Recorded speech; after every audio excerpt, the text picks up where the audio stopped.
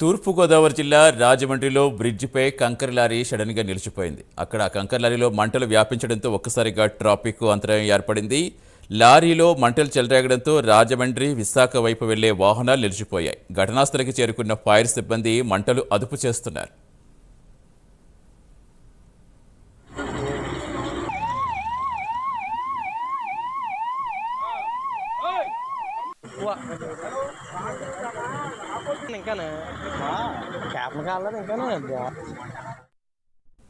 ప్రస్తుత సమాచారం ఇచ్చేందుకు మా కరెస్పాండెంట్ శ్రీరామూర్తి జరుగుతుంది. శ్రీరామూర్తి, మంటలు అదుపులోకి వచ్చి అసలు ఎలా జరిగింది, ప్రస్తుతం ఏం చెప్తున్నారు అక్కడ?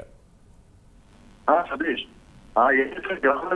గోదావరి మీద రాజమండ్రి కూరు మధ్య కూరు నుంచి రాజమండ్రి వైపు వచ్చే కావలి బ్రిడ్జి మీద ఒకవైపు ఎడవైపు మధ్య మార్గంలో ఒక లారీ చొరబడిపోయింది.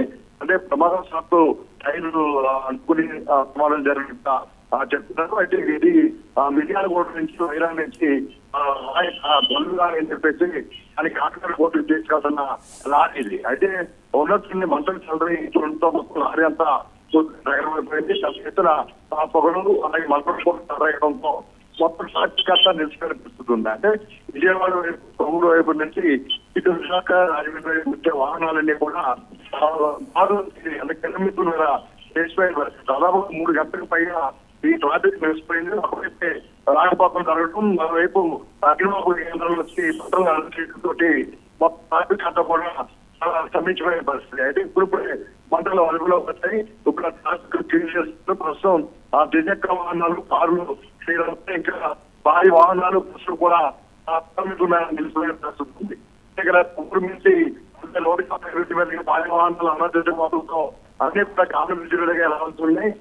ఇప్పటి మొత్తం తిరగబడి నేపథ్యంలో మొత్తం ట్రాఫిక్ అంతా కూడా జాతీయ నిలిచిపోయింది.